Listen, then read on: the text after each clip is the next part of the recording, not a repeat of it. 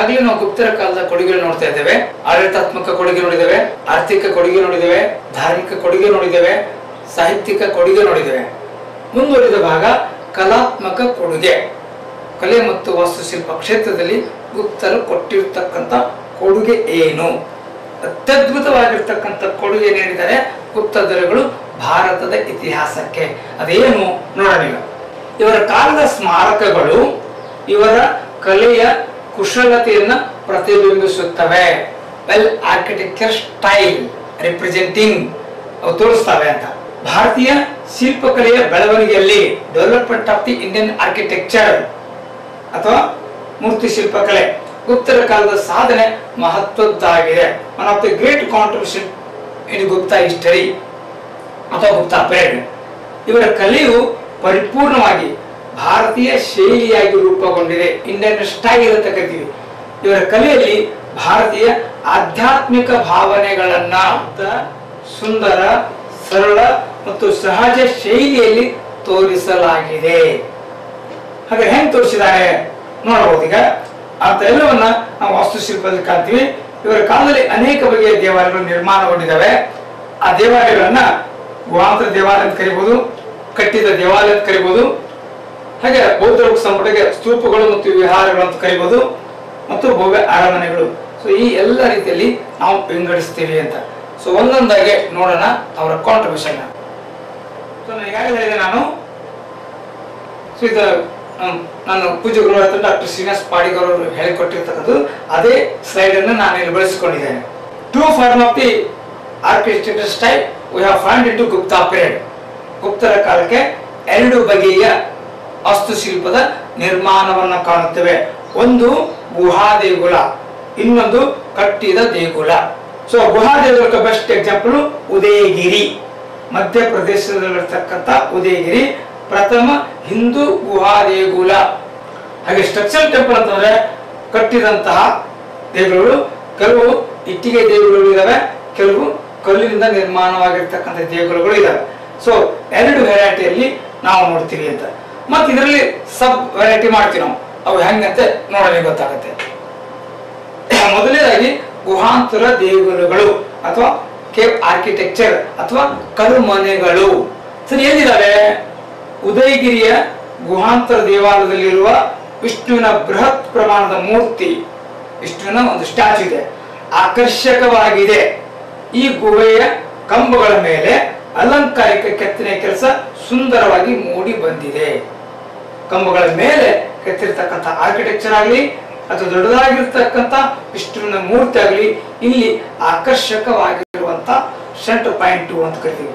ಹಾಗೆ ಅಜಂತಾದಲ್ಲೂ ಸಹ ನಿರ್ಮಾಣಗೊಂಡ 16ನೆಯ ಮತ್ತು 17ನೆಯ ಅದರಲ್ಲಿ ಸುಮಾರು 30 ಗುಹಾ ದೇಗುಲಗಳಿವೆ. ಅದರಲ್ಲಿ ಕೆಲವು ಈ ಕಾಲದಲ್ಲಿ ರಚನೆ ಆಗಿವೆ. ಅದರಲ್ಲಿ 16ನೇ ಗುಹಾಲಯ, 17ನೇ ಗುಹಾಲಯ ಹಾಗೂ 19ನೆಯ ಗುಹಾಲಯಗಳು, ಈ 3 ಗುಪ್ತರ ಕಾಲದಲ್ಲಿ ನಿರ್ಮಾಣಗೊಂಡಿರುವಂತಹವುಗಳು. ಇಲ್ಲಿ ವಿವಿಧ ವಿನ್ಯಾಸಗಳ ಚೆಲುವಿನ ಕಂಬಗಳು ನೋಡುವ ಕಣ್ಮನಗಳನ್ನು ಸೆಳೆಯುತ್ತವೆ. ಹಾಗೆ ಇವುಗಳ ಗೋಡೆ ಮತ್ತು ಮಾಡಗಳಲ್ಲಿ ಸುಂದರವಾದ ಚಿತ್ರಗಳನ್ನು ರಚಿಸಲಾಗಿದೆ. ಮಾಡತ್ತ ಒಂದು ಸೇಪ್ ಇರ್ತದೆ, ಆ ಸೇಪಲ್ಲಿ ಚೆಲ್ಪ ಇರ್ತದೆ. ಸೊ ಅವುಗಳನ್ನು ಮಾಡ ಅಥವಾ ನಾವು ಗೂಡು ಅಂತ ಕರಿತೀವಿ ಅಲ್ಲಿ. ಸೊ ಒಟ್ಟಾರೆ ಈ ಕೇವ್ ಆರ್ಕಿಟೆಕ್ಚರ್ ನಲ್ಲಿ ಜಗತ್ಪ್ರಸಿದ್ಧವಾಗಿರ್ತಕ್ಕಂಥ ಪ್ರಾಧಾನ್ಯತೆಯನ್ನು ಪಡ್ಕೊಂಡಿದೆ ಗುಪ್ತಾ ಕಾಂಟ್ರಿಬ್ಯೂಷನ್. ನಾವು ನೋಡಬಹುದು ಉದಯಗಿರಿಯಲ್ಲಿರ್ತಕ್ಕಂಥ ಗುಹಾದೇಗುಲಕ್ಕೆ ಹೋಗ್ತಕ್ಕಂಥ ದಾರಿ, ಅಲ್ಲಿರ್ತಕ್ಕಂಥ ಗುಹಾದಿಗಳು. ಹಾಗೆ ಇಲ್ಲಿ 2ನೇ ಚಂದ್ರಗುಪ್ತನ ಕಾಲದ ಶಾಸನನೂ ಇದೆ. ಸೊ ಗುಹಾ ಅಂತ ಕರಿತೀರ, ಆ ಗುಹೆಯಲ್ಲಿ ನೋಡಿ ವಿಷ್ಣುವಿನ ಮೂರ್ತಿ ಅತ್ಯಂತ ದೊಡ್ಡದಾಗಿರ್ತಕ್ಕಂಥದ್ದು. ಹಾಗೇನೆ ಆ ಗೋಡೆ ಭಾಗದಲ್ಲಿ ಎಲ್ಲ ದೇವರಿಗೆ ಮಹಿಷಮರ್ದಿನಿದು ಸೊ ಮುಂತಾದ ರೂಪಗಳನ್ನ ದೃಶ್ಯಗಳನ್ನ ನಾವಿಲ್ಲಿ ಕಾಣೋದಕ್ಕೆ ಸಾಧ್ಯವಾಗುತ್ತೆ ಅಂತ. ಸೊ ಮುಂಭಾಗದಲ್ಲಿ ಮಂಟಪ ಭಾಗ ಅಂತ ಹೇಳ್ತೀವಿ. ಆ ಮಂಟಪ ಭಾಗದಲ್ಲಿರ್ತಕ್ಕಂಥ ಶಿಲ್ಪಗಳು ಅತ್ಯಂತ ಆಕರ್ಷಣೀಯವಾಗಿವೆ. ಸೊ ಅದನ್ನ ಅತ್ಯಂತ ವರಹ ಶಿಲ್ಪ ಅಂತ ಕರಿತೀವಿ ನಾವು. ಈ ವರಹ ಶಿಲ್ಪಕ್ಕೂ ಮುಂದೆ ಚಾಲುಕ್ಯರ ಕಾಲಕ್ಕೆ, ಅದರ ಅನಂತರದ ಕಾಲಕ್ಕೆ ಹಂತ ಹಂತವಾಗಿ ಬದಲಾವಣೆ ಆಗತ್ತೆ. ನೋಡಿ, ಭೂದೇವಿಯನ್ನ ರಕ್ಷಿಸೋದಕ್ಕೋಸ್ಕರವಾಗಿ ವಿಷ್ಣು ವರಹ ರೂಪ ತಾಳಿದ ಅಂದ್ರೆ ನೀರೊಳಗೆ ಹೋಗ್ತಾನೆ. ಹಾಗೆ ನೀರೊಳಗೆ ಹೋದಾಗ ಅವನಿಗೆ ಸಹಾಯಕರಾಗಿ ನಾಗ ಮತ್ತು ನಾಗಿನಿಯನ್ನು ಸಪೋರ್ಟ್ ಮಾಡ್ತಾರೆ. ಸೊ ಇವ್ರ ಮೂಲಕವಾಗಿ ಭೂಮಿಯನ್ನು ರಕ್ಷಿಸಿದ ವಿಷ್ಣು ಅಂತಕ್ಕಂಥ ಶಿಲ್ಪವನ್ನು ಕಾಣ್ತೀವಿ. ಹಾಗೆ ಈ ನಾಗನಾಗಿರು ವಿನಮ್ರವಾಗಿ ಅವನಿಗೆ ನಮಸ್ಕರಿಸ್ತಕ್ಕಂಥದ್ದು ನಾವು ಕಾಣ್ತೀವಿ ಅಂತ. ಅತ್ಯಂತ ಅದ್ಭುತವಾಗಿರ್ತಕ್ಕಂಥ ಅನೇಕ ವಿಷಯಗಳನ್ನು ಒಳಗೊಂಡಿರ್ತಕ್ಕಂಥ ಶಿಲ್ಪ ಇದು. ಸೊ ಜೊತೆಗೆ ಆ ಭೂದೇವಿಯನ್ನು ಕೂರಿಸ್ಕೊಂಡಿರ್ತಕ್ಕಂಥ ಸ್ಟೈಲ್ ಏನಿಲ್ಲ, ಇದು ಆಯಾ ಕಾಲಕ್ಕೆ ಬದಲಾವಣೆ ಆಗ್ತಾ ಹೋಗುತ್ತೆ. ಕಾಲಘಟ್ಟಕ್ಕನುಗುಣವಾಗಿ ಇದನ್ನು ಸಹಿತ ನಾವು ವೀಕ್ಷಣೆ ಮಾಡಬಹುದು. ಒಟ್ಟಾರೆ ಈ ಒಂದು ಶಿಲ್ಪದ ಆಧಾರದಿಂದ ಈ ಕಾಲಕ್ಕೆ ಸಂಬಂಧಿಸಿರ್ತಕ್ಕಂಥ ಅನೇಕ ಸಾಮಾಜಿಕ ವಿಷಯಗಳನ್ನ, ಧಾರ್ಮಿಕ ವಿಷಯಗಳನ್ನ ಅರ್ಥೈಸಿಕೊಳ್ಳೋದಕ್ಕೆ ಸಾಧ್ಯವಾಗುತ್ತೆ. ಇನ್ನು ಕಟ್ಟಿದ ದೇವಾಲಯ ಅಂದ್ರೆ ಉತ್ತರ ಕಾಲಿಯು ಉತ್ಕೃಷ್ಟತೆಗೆ ಸಾಕ್ಷಿಯಾಗಿದೆ. ಕನ್ಸ್ಟ್ರಕ್ಷನ್ ಟೆಂಪಲ್ ಪರ್ಪಸ್ ಹೋದ್ರೆ one of the best example ಅಂತ ನಾವು ಕರಿಬಹುದು ಅಂತ. ಹೆಂಗಿದೆ? ಸಪಾಟಾದ ಮೇಲ್ಚಾವಣಿ ಪ್ಲಾನ್ ಇದೆ, ಗಿಡ್ಡ ಕಂಬಗಳು, ಅತಿ ಹೈತರ ಕಂಬಗಳು ಮತ್ತು ಬೃಹತ್ ಗಾತ್ರದ ಚೌಕಾಕಾರದ ಬದುಗಳ ಮೇಲೆ ಇರ್ತಕ್ಕಂಥ ಬದುಗಳು ಈ ಕಾಲದ ದೇವಾಲಯಗಳಲ್ಲಿ ಕಂಡು ಬರುವ ಪ್ರಧಾನ ಗುಣಲಕ್ಷಣ, ವೈಶಿಷ್ಟ್ಯ ಅಥವಾ ಸಿಂಟಮ್ಸ್. ಹಾಗಾದ್ರೆ ಇವನ್ನ ಆಧಾರ ಇಟ್ಟುಕೊಂಡು ಮತ್ತೆ ದೇವಾಲಯಗಳ ವೆರೈಟಿ ನೋಡ್ತೀವಿ. ಆ ವೆರೈಟಿಗಳೇನು? ಸರಿ, ದೇವಾಲಯಗಳು ಈ ಕಾಲದಲ್ಲಿನ ದೇವಾಲಯಗಳನ್ನ 3 ಮಾದರಿಗಳಲ್ಲಿ ಗುರುತಿಸಬಹುದಾಗಿದೆ. ನಮ್ಮ ಅಧ್ಯಯನದ ಅನುಕೂಲತೆಗಾಗಿ ನಾವೇ ಮಾಡಿಕೊಂಡಿರ್ತಕ್ಕಂಥ ಒಂದು ಸಿಸ್ಟಮ್ ಇದು. ಅಂದ್ರೆ ದೇವಾಲಯ ಬೆಳೆದು ಬಂದ ಬಗೆಯನ್ನ ಸರಿಯಾದ ರೂಪದಲ್ಲಿ ಗಮನಿಸುವ ಸಲುವಾಗಿ ಹೆಂಗ? ಒಂದು ಸರಳ ಮಾದರಿಯ ದೇವಾಲಯ, ಸಿಂಪಲ್ ಪ್ಲಾನ್, ಅಥವಾ ಇಲ್ಲಿ ಗರ್ಭಗೃಹಕ್ಕೆ ಪ್ರದಕ್ಷಿಣಾಪಥ ಇರುವುದಿಲ್ಲ. ಮತ್ತೊಂದು ಪ್ರದಕ್ಷಿಣಾಪಥ ಇರುವ ದೇವಾಲಯ ಅಥವಾ ಸಾಂಧಾರ ಮಾದರಿ. ಇಲ್ಲಿ ಈ ದೇವಾಲಯಗಳಿಗೆ ಗರ್ಭಗೃಹಕ್ಕೆ ಪ್ರದಕ್ಷಿಣೆ ಹಾಕ್ಲಿಕ್ಕೆ ಅವಕಾಶ ಇರುತ್ತೆ, ಅಂದ್ರೆ ದೇವಾಲಯ ಎಕ್ಸ್ಟೆನ್ಷನ್ ಆಗಿದೆ. ಹಾಗೆ ಗರ್ಭಗೃಹದ ಮೇಲೆ ಶಿಖರ ಹೊಂದಿದ ದೇವಾಲಯಗಳು ಇದೇ ಕಾಲಕ್ಕೆ ದೇವಾಲಯದ ಗರ್ಭಗೃಹದ ಮೇಲೆ ಶಿಖರವನ್ನ ನಿರ್ಮಾಣ ಮಾಡತಕ್ಕಂತ ಕಲೆಯನ್ನ ಗುಪ್ತರು ಕೊಟ್ಟಿದ್ದಾರೆ. ನೋಡಿ, ಒಂದು ಸಿಂಪಲ್ ಪ್ಲಾನ್ ಗುಪ್ತರು ಕೊಟ್ಟಿದ್ದ ಕೊಡುಗೆನೆ, ಇನ್ನೊಂದು ಪ್ರದಕ್ಷಿಣೆ ಹಾಕ್ಲಿಕ್ಕೆ ಕೊಡ್ತಕ್ಕಂಥ ಕೊಡುಗೆ ಅವ್ರದೇನೆ, ಹಾಗೆ ಇನ್ನೊಂದು ಶಿಖರವನ್ನು ನಿರ್ಮಾಣ ಮಾಡತಕ್ಕಂಥ ಕಲೆ. ಒಟ್ಟಾರೆ ಭಾರತದ ಇತಿಹಾಸಕ್ಕೆ ಹಿಂದೂ ದೇವಾಲಯಗಳ ನಿರ್ಮಾಣಕ್ಕೆ ತಳಪಾಯವನ್ನು ಹಾಕಿಕೊಟ್ಟಿದ್ದಾರೆ ಗುಪ್ತ ದೊರೆಗಳು. ಅದಕ್ಕೊಂದು ಉದಾಹರಣೆ ಸರಳ ಮಾದರಿಯ ದೇವಾಲಯ. ಅಂದ್ರೆ ಪ್ರದಕ್ಷಿಣಾ ಪಥ ಇಲ್ಲದೆ ಇರುವಂತಹ ಹಾಗೂ ವೆರಿ ಸಿಂಪಲ್ ಆಗಿರ್ತಕ್ಕಂಥ, ಅಂದ್ರೆ ಯಾವುದೇ ಡೆಕೋರೇಷನ್ ಇರುವುದಿಲ್ಲ. ಇಲ್ಲಿ ಕಾಣಬಹುದು ನೀವು, ಗೋಡೆ ಭಾಗದಲ್ಲಿ ಏನು ಡೆಕೋರೇಷನ್ ಇಲ್ಲ. ನಂತರದ ಕಾಲಘಟ್ಟ ಬಂದಾಗ ಸಾಕಷ್ಟು ಡಿಸೈನ್ ನಾವು ಕಾಣ್ತೀವಿ. ಅತ್ಯಂತ ಸರಳವಾಗಿರ್ತಕ್ಕಂಥ ದೇವಾಲಯದ ಮಾದರಿ. ಹಾಗೆ ಈ ಕಂಬಗಳ ರಚನೆ ನೋಡಿ, ಇಂಥದ್ದು ಗುಪ್ತ ಕಾಲ ಅಂದ್ರೆ ಈ ಮುಂಚಾರ್ಚ್ನಲ್ಲಿ ತರ ಇಲ್ಲಿ ಜೋಡು ಕಂಬಗಳಂತ ನಾವು ಕರಿತೀವಿ, ಸಪೋರ್ಟಿವ್ ಆಗಿ ಅಂತ. ಇದು ದೊಡ್ಡದಾಗಿರ್ತಕ್ಕಂಥ ಬದಿಗೆ ಅಂದ್ರೆ ಯಾವುದೇ ಕಾರಣಕ್ಕೂ ಈ ಮೇಲ್ಚಾವಣಿ ಬೀಳಬಾರದು ಅನ್ನುವ ಹಿನ್ನೆಲೆಯಲ್ಲಿ. ಸೊ ಇಲ್ಲೇನು ಒಳಗೆ ಎಂಟ್ರಿ ಆಗ್ತಕ್ಕಂಥ ಜಾಗದಲ್ಲಿ ಮಾತ್ರ ಜಾಗ ಇದೆ, ಉಳಿದೆಲ್ಲ ಭಾಗದಲ್ಲೂ ಇದು ಹೊತ್ಕೊಂಡು ನಿಂತಿದೆ ಅಂತಕ್ಕಂಥ ಕಾಣ್ತೀವಿ ಅಂತ. ಅದನ್ನೇ ಹೇಳ್ತಾ ನೀವು square sanctum, flat roof, plain walls, simple ಆಗಿರ್ತಕ್ಕಂಥದ್ದು, ಸ್ಮಾಲ್ ಪೋರ್ಟ್ಸ್ ವಿತ್ ಪಿಲ್ಲರ್ಸ್. ಇಲ್ಲಿ ಜಾಗ ಕಡಿಮೆ ಇದೆ. ಇನ್ ಫ್ರಂಟ್ ರೋ ಅಂದ್ರೆ ಮುಂದಿನ ಭಾಗದಲ್ಲಿ pillars, rain bell and animal capital. ಈ ಮೇಲ್ಭಾಗದಲ್ಲಿ ಪ್ರಾಣಿಗಳ ಚಿತ್ರಗಳು ಇರತಕ್ಕಂಥ ಬದುಗೆಯನ್ನು ನಾವು ಕಾಣ್ತೀವಿ. ಸೊ ಅಲಂಕಾರವನ್ನ ನಾವು ಕಾಣ್ತೀವಿ. ಇಲ್ಲಿವರೆಗೂ ಅತ್ಯಂತ ಸಿಂಪಲ್ ಆಗಿರ್ತಕ್ಕಂಥದ್ದಿದೆ, ಇಲ್ಲಿಂದ ಇಲ್ಲಿವರೆಗೂ ಒಂಚೂರು ಡೆಕೋರೇಟಿವ್ ಆಗಿದೆ. ಇಂಥ ಡೆಕೋರೇಟಿವ್ ಆಗಿರ್ತಕ್ಕಂಥ ಪಿಲ್ಲರ್ಗಳ ಪ್ರಾರಂಭದ ಲಕ್ಷಣಗಳನ್ನ ನಾವು ಗುಪ್ತರ ಕಾಲದಲ್ಲಿ ಕಾಣ್ತೀವಿ ಅಂತ. ಇದೇ ಸಿಂಪಲ್ ಮಾದರಿಯ ದೇವಾಲಯಗಳ ಉದಾಹರಣೆ ಅಂತ. ಹಾಗೆ ಜಬ್ಬಲ್ಪುರ ಹತ್ತಿರ ಇದು ಜಲ್ಪಳ್ಳಿ ಟಿಗಾದಲ್ಲಿರುವ ಕಂಕಾಲಿ ದೇವಿ ಈ ಕಾಲದ ದೇವಾಲಯಕ್ಕೆ ಮತ್ತೊಂದು ಉದಾಹರಣೆ. ಅಂದ್ರೆ ಸಿಂಪಲ್ ಆಗಿರ್ತಕ್ಕಂಥ ದೇವಾಲಯದ ಮಾದರಿಗೆ ಅಂದ್ರೆ ಸಪಾಟ ಆಗಿರ್ತಕ್ಕಂಥ ಮೇಲ್ಚಾವಣಿ ಇದೆ, ಸರಳವಾಗಿರ್ತಕ್ಕಂಥ ಗೋಡೆ ಭಾಗ ಇದೆ, ಹಾಗೂ ಒಂದಕ್ಕೊಂದು ಹತ್ತಿಕೊಂಡಿರ್ತಕ್ಕಂಥ ಕಂಬಗಳಿದಾವೆ, ದೊಡ್ಡದಾಗಿರ್ತಕ್ಕಂಥ ಬೋಧಿಗೆಗಳಿದಾವೆ. ಹಾಗೆ ಶಿಖರದ ಹಿನ್ನೆಲೆ ಬರ್ತದೆ. ಬಟ್ ಇಲ್ಲಿ ಕಲಾಕೃತಿ ಬಗ್ಗೆ ನಾನು ಹೇಳ್ತೀನಿ. ಸಾಂಚಿ, ಐರಾನ್, ತಿಗಾವಗಳಲ್ಲಿ ಚಿಕ್ಕ ಗಾತ್ರದ ಹಿಂದೂ ದೇವಾಲಯಗಳು ಇವರ ಆರಂಭದ ರಚನೆಗಳಾಗಿವೆ. ಸಿಂಪಲ್ ಸಣ್ಣದಿದೆ. ಇವುಗಳಲ್ಲಿ ದಶಾವತಾರ ದೇವಾಲಯ ಕಿರುಗಾತ್ರದ ಉತ್ಕೃಷ್ಟ ಕಲಾಕೃತಿ. ಈ ಮೊದಲು ಎರಡು ದೇವಾಲಯ ನೋಡಿದಾವೆ, ಅವರು ಸಿಂಪಲ್ ಆಗಿದ್ದಾವೆ. ಬಟ್ ಮುಂದುವರೆದ ಭಾಗದಲ್ಲಿ ಇದು ಕಲಾಕೃತಿ ಇದೆ, ಡಿಸೈನ್ ಇದೆ. ಸೊ ಇದು ಆರಂಭದ ಹಂತ ಅಂತ. ಡಿಸೈನ್ಗೆ ಆರಂಭದ ಹಂತವನ್ನು ಒಳಗೊಂಡಿರ್ತಕ್ಕಂಥದ್ದು, ಜೊತೆಗೆ ಬ್ರಿಕ್ಸ್ ಅನ್ನು ಬಳಸಿಕೊಂಡು ಮೇಲ್ಭಾಗವನ್ನ ನಿರ್ಮಾಣ ಮಾಡಿರ್ತಕ್ಕಂಥದ್ದು.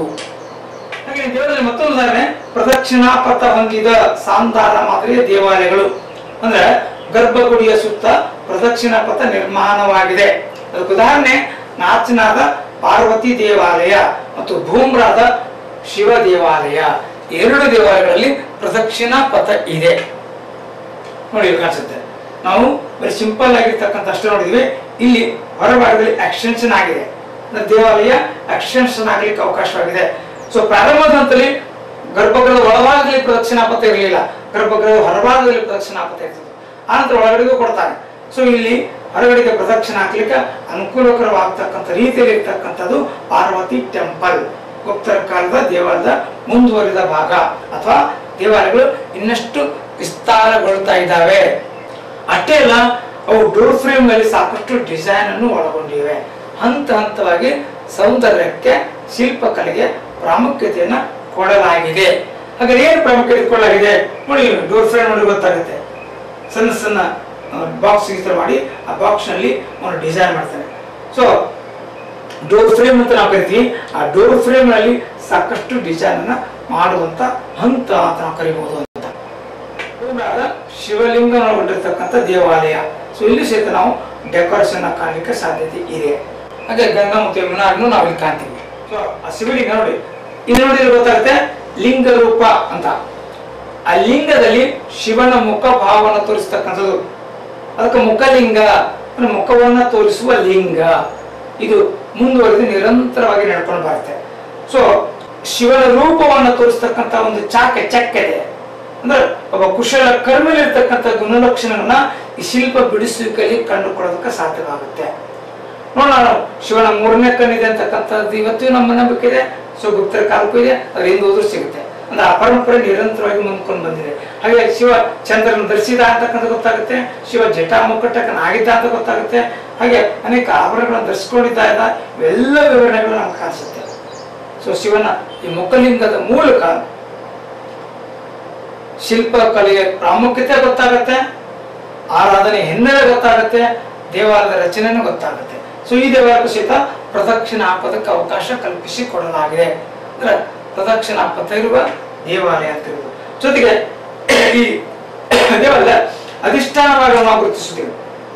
ಮುಂದುವರೆದ ಭಾಗದಲ್ಲಿ ಅತಿ ಪ್ರಮುಖವಾಗಿರ್ತಕ್ಕಂಥ ಭಾಗಗಳಾಗಿ ಇವು ಕಾಣಿಸಿಕೊಳ್ತವೆ ಅಂತ. ಮೂರನೇದು ಗರ್ಭಗೃಹದ ಮೇಲೆ ಶಿಖರ ಹೊಂದಿದ ದೇವಾಲಯಗಳು. ಈ ಹಂತದ ದೇವಾಲಯಗಳ ಗರ್ಭಗುಡಿ ಮೇಲೆ ಚಿಕ್ಕದಾದ ಶಿಖರಗಳು ನಿರ್ಮಾಣಗೊಂಡಿವೆ. ಈ ಹಂತದ ಭಿತರ್ಗಾಂವ್ ಕಾನ್ಪುರದ ಹತ್ತಿರತಕ್ಕಂಥ ಪ್ರದೇಶದಲ್ಲಿನ ಇಟ್ಟಿಗೆ ದೇವಾಲಯ. ಝಾನ್ಸಿ ಬಳಿ ಇರತಕ್ಕಂಥ ದೇವರನ್ನ ದಶಾವತಾರ ದೇವಾಲಯ ಈ ಕಾಲದ ಅತ್ಯಂತ ಪ್ರಮುಖ ದೇವಾಲಯಗಳು. ಹಾಗೆ ಏನಿದಾವೆ ದೇವರನ್ನ ದಶಾವತಾರ ದೇವಾಲಯ ಮತ್ತು ಗುಪ್ತರ ವಾಸ್ತುಶಿಲ್ಪದ ಬಗ್ಗೆ ಅತ್ಯಂತ ಮಹತ್ತರವಾಗಿರ್ತಕ್ಕಂಥ ಸಾಧನೆಯ ಪ್ರತೀಕವಾಗಿದೆ.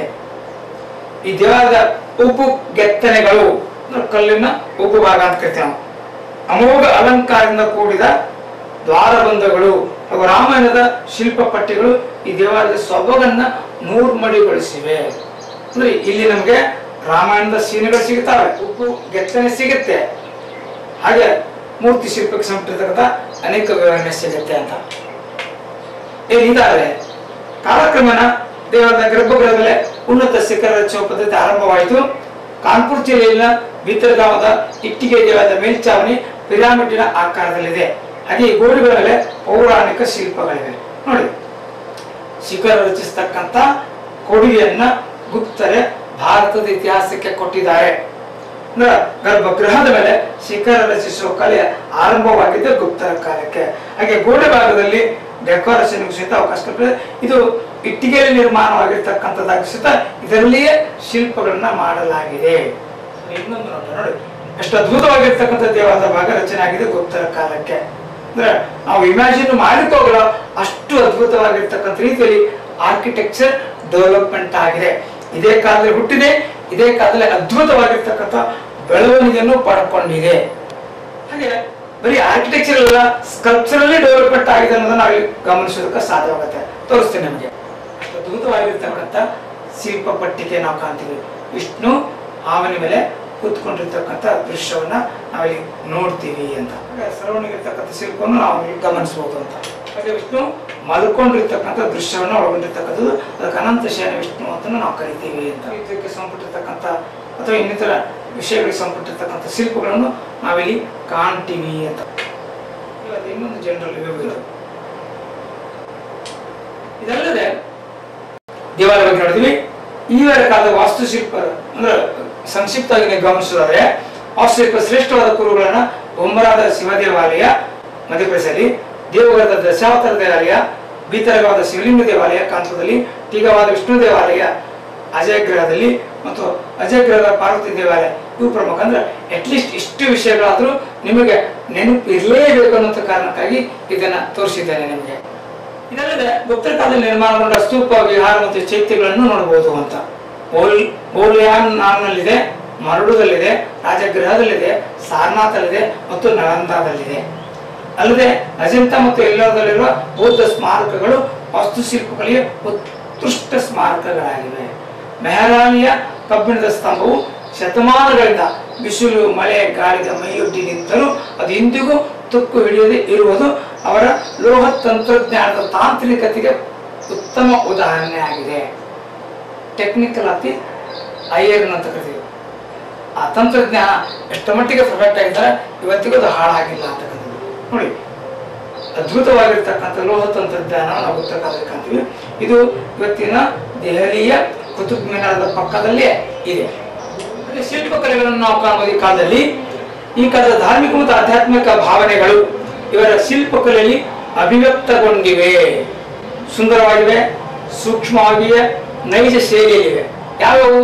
ವಿಷ್ಣುವಿನ ಶಿಲ್ಪ, ಶಿವನ ಶಿಲ್ಪ, ಸೂರ್ಯನ ಶಿಲ್ಪ, ನಂದಿ ಶಿಲ್ಪ, ಕಾರ್ತಿಕೇಯ ಶಿಲ್ಪ, ಪಾರ್ವತಿ ಶಿಲ್ಪ, ಲಕ್ಷ್ಮೀ ಶಿಲ್ಪ, ಗಣಪತಿ ಶಿಲ್ಪ, ಬುದ್ಧ ಮತ್ತು ಬೋಧಿಸತ್ವದ ಶಿಲ್ಪಗಳು ಇವೆಲ್ಲಗಳು ಈ ಕಾಲದಲ್ಲಿ ರಚನೆ ಆಗಿವೆ. ಅದಕ್ಕೆ ಉದಾಹರಣೆ ದೇವಗ್ರಹದ ವಿಷ್ಣುವಿನ ಮೂರ್ತಿ, ಉದಯಗಿರಿಯ ಮಹಾ ಅವತಾರದ ವಿಷ್ಣುವಿನ ಮೂರ್ತಿ, ಮಥುರಾದಲ್ಲಿನ ವಿಷ್ಣುವಿನ ಮೂರ್ತಿ, ಕೌಶಾಂಬೆಯಲ್ಲಿರ್ತಕ್ಕಂಥ ಸೂರ್ಯನ ಮೂರ್ತಿ, ಕಾರ್ತಿಕೇಯನ ಮೂರ್ತಿ, ಸಾರನಾಥದಲ್ಲಿರ್ತಕ್ಕಂಥ ಬುದ್ಧನ ಮೂರ್ತಿ, ಹಾಗೂ ಸುಲ್ತಾನ್ ಗಂಜದಲ್ಲಿ ದೊರೆತಿರ್ತಕ್ಕಂಥ ಬುದ್ಧನ ಮೂರ್ತಿ, ಮಥುರಾದಲ್ಲಿ ದೊರೆತ ಮಹಾವೀರನ ಮೂರ್ತಿ ಗುಪ್ತರ ಕಾಲದ ಮೂರ್ತಿ ಶಿಲ್ಪದ ಮಹಾನ್ ಕೊಡುಗೆಗಳಾಗಿವೆ.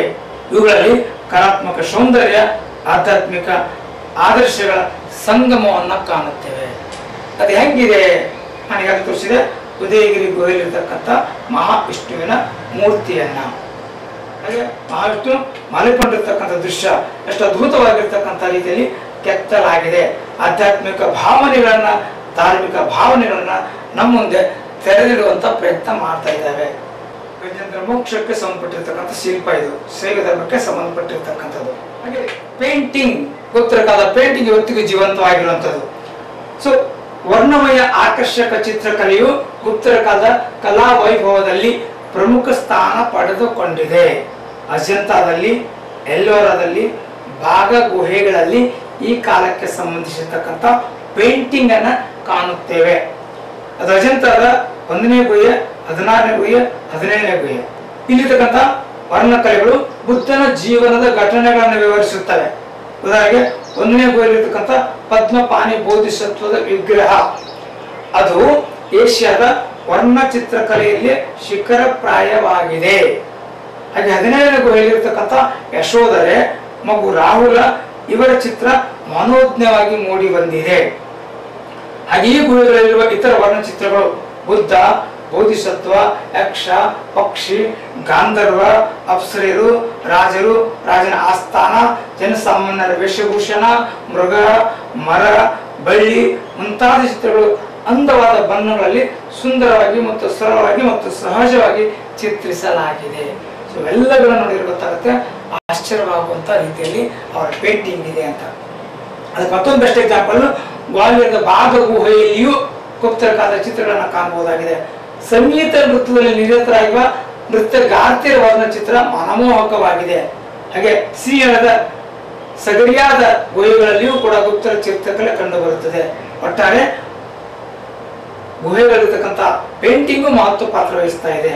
ಹಾಗೆ ಸಂಗೀತ ಮತ್ತು ನೃತ್ಯ, ಸಮುದ್ರಗುಪ್ತ ಸಂಗೀತ ಪ್ರಿಯನಾಗಿದ್ದ. ಅದು ನೋಡಿದ್ರೆ ವೀಣೆ ಹಿಡ್ಕೊಂಡಿರ್ತಕ್ಕಂಥ ಒಂದು ನಾಣ್ಯ ಹೊರಡಿಸಲ್ಪಟ್ಟಿದೆ.